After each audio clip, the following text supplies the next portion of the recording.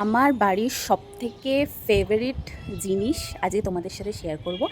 Mini বাগান and তার মধ্যে অনেকগুলো ফুল, আর সেগুলো তুলে তুলে ঠাকুরের পুজো দেবো।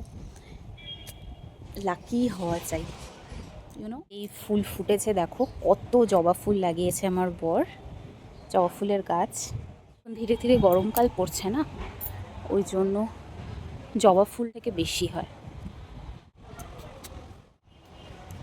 এখানে তো ভর্তি জবা ফুল, এই দেখো।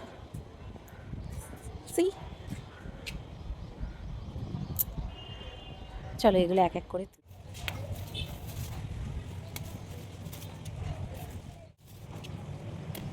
নিজের বাড়ির ফুল এইভাবে গাছে করে প্লাস্টিকে করে তুলে নিয়ে যাওয়ার মজাটাই আলাদা।